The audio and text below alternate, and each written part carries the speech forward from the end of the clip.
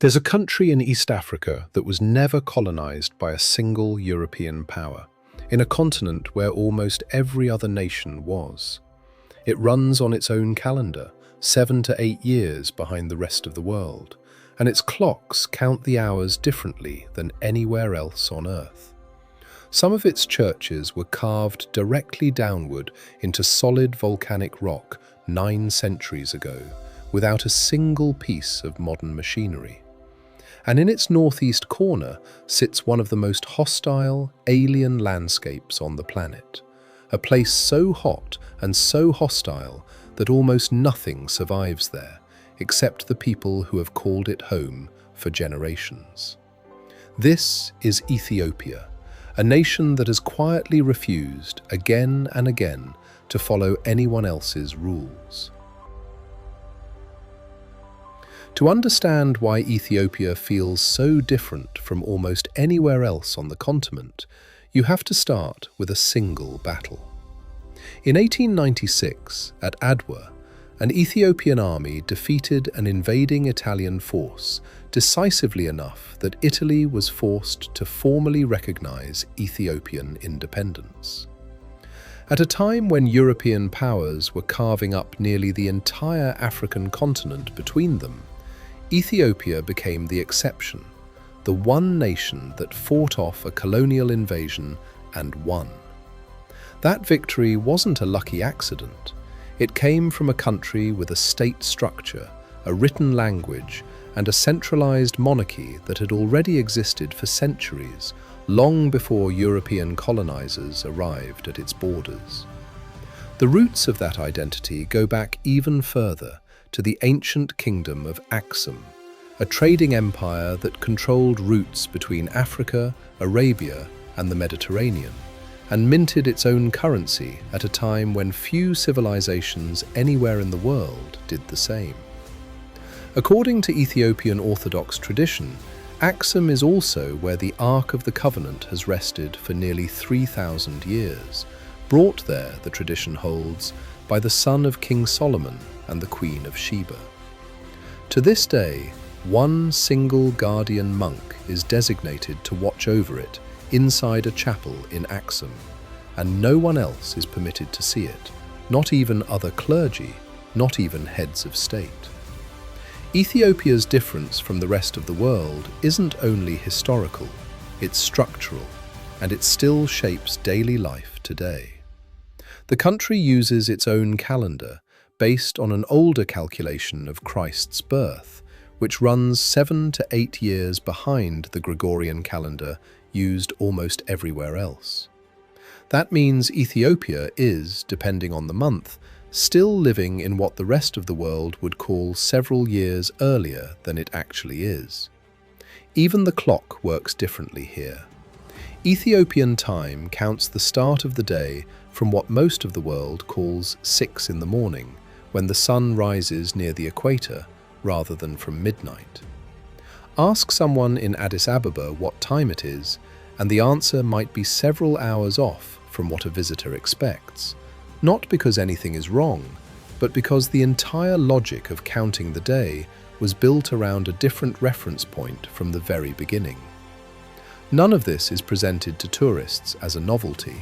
It's simply how Ethiopia has always measured itself, on its own terms, largely undisturbed by the standards that colonization imposed almost everywhere else on the continent.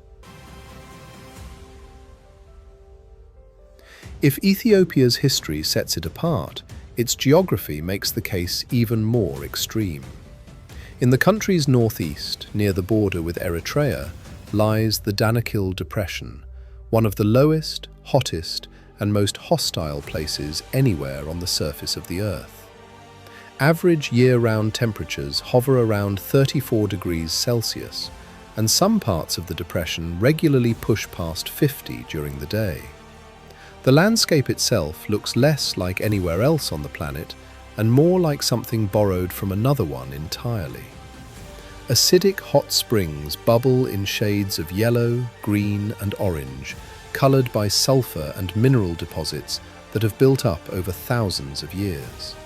Nearby, the Erta Ale volcano hosts one of the only permanent lava lakes on Earth, a churning pool of molten rock that has remained continuously active for over a century. And yet, despite conditions that would make most of the planet uninhabitable, people have lived and worked here for generations.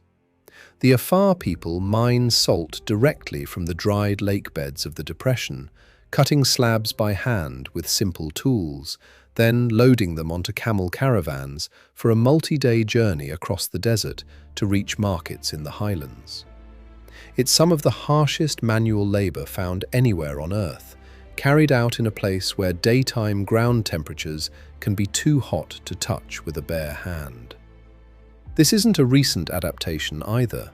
The Danakil region sits within the larger Afar Triangle, a geological rift where three tectonic plates are slowly pulling apart from one another, one of the very few places on the planet where this process is visible above sea level rather than hidden beneath the ocean floor. Scientists studying this rift consider it a preview of what ocean formation looks like in its earliest stages, millions of years before it would ever fill with water. Ethiopia's extremes aren't confined to heat and salt flats either. Move south and the terrain shifts dramatically into the Simien Mountains, a range of jagged peaks and deep gorges, sometimes nicknamed the Roof of Africa, home to wildlife found nowhere else on the planet, including the gelada, a primate species unique to the Ethiopian highlands. In a single country, the elevation shifts from some of the lowest, hottest terrain on Earth to some of the highest and coldest, often within just a few hundred kilometers of each other. Travel south from the highlands into the Omo Valley, and Ethiopia's diversity becomes impossible to summarize in a single story.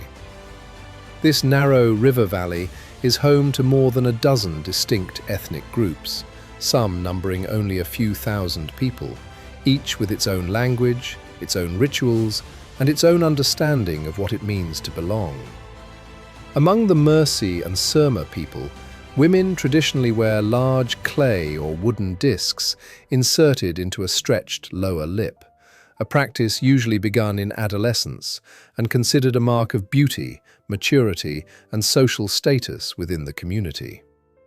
The size of the plate isn't decoration for outsiders. It carries meaning specific to each woman and her family, and the tradition has continued largely unchanged for generations, even as the rest of Ethiopia has modernized around it. Elsewhere in the valley, the Hamar people mark a young man's passage into adulthood through a ceremony known as bull jumping, where he must run and leap across the backs of several cattle unassisted in front of the entire community. Success marks him as ready for marriage and full adult responsibility. It's a tradition that has continued for centuries, largely untouched by the modern world creeping in from just a few hours away by road. Move north again, back toward the highlands, and Ethiopia's relationship with tradition takes on an entirely different form. In the town of Lalibela, 11 churches sit, carved not upward out of stone, but downward into it, chiseled directly out of solid volcanic rock roughly 900 years ago, without the use of any modern machinery.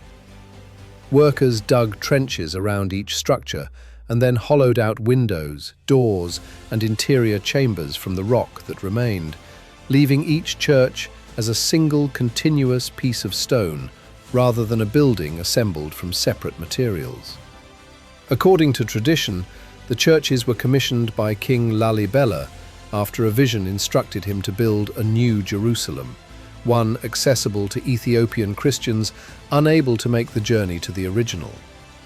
Today, they remain active places of worship, not preserved museum pieces.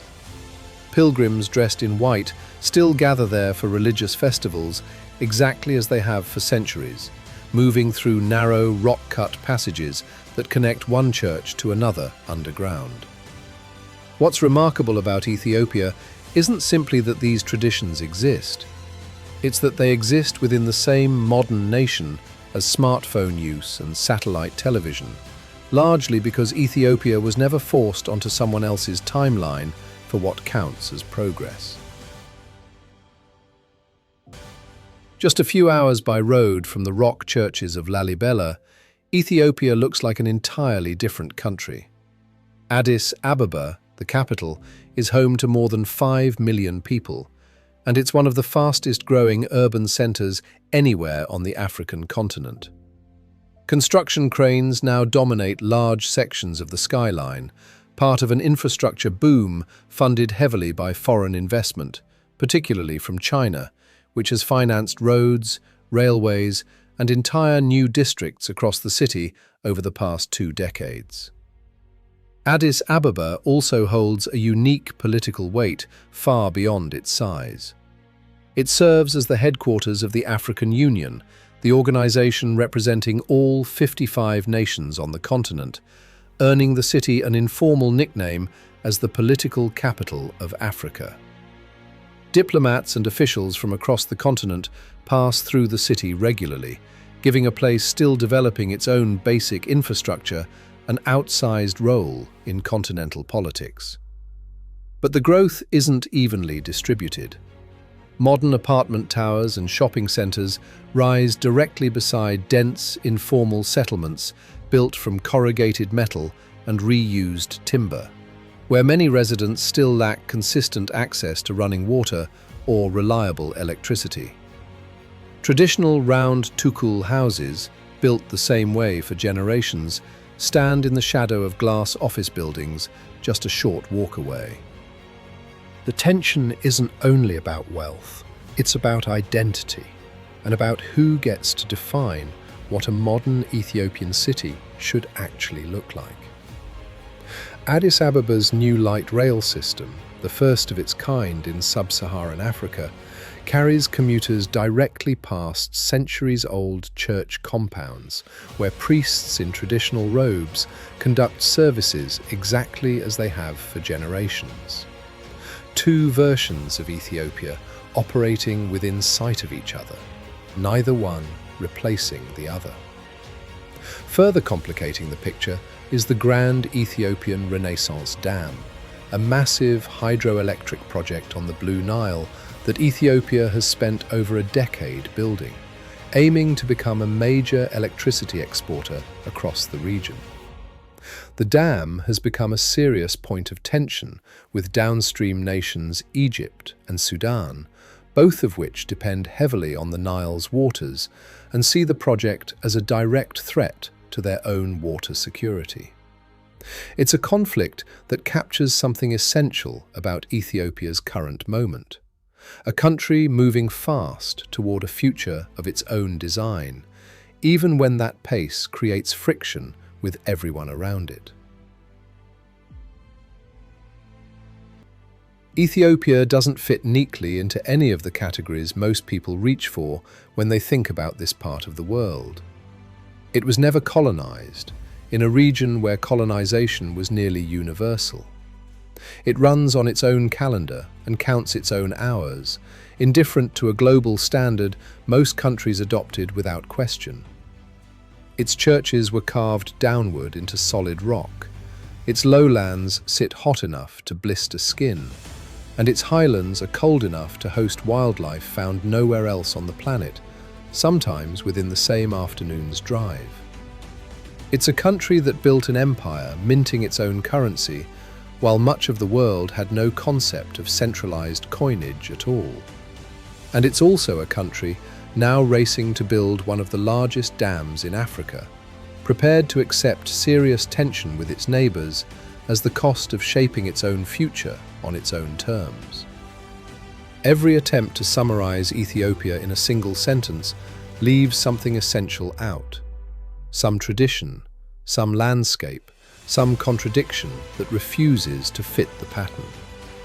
And that may be the most honest thing to say about a nation that has spent centuries quietly refusing to be defined by anyone else's expectations, whether those expectations came from foreign empires, modern development timelines, or the rest of the world's clocks and calendars. Ethiopia was never trying to be understood from the outside. It was simply continuing to be itself, on its own schedule, long before anyone else started paying attention.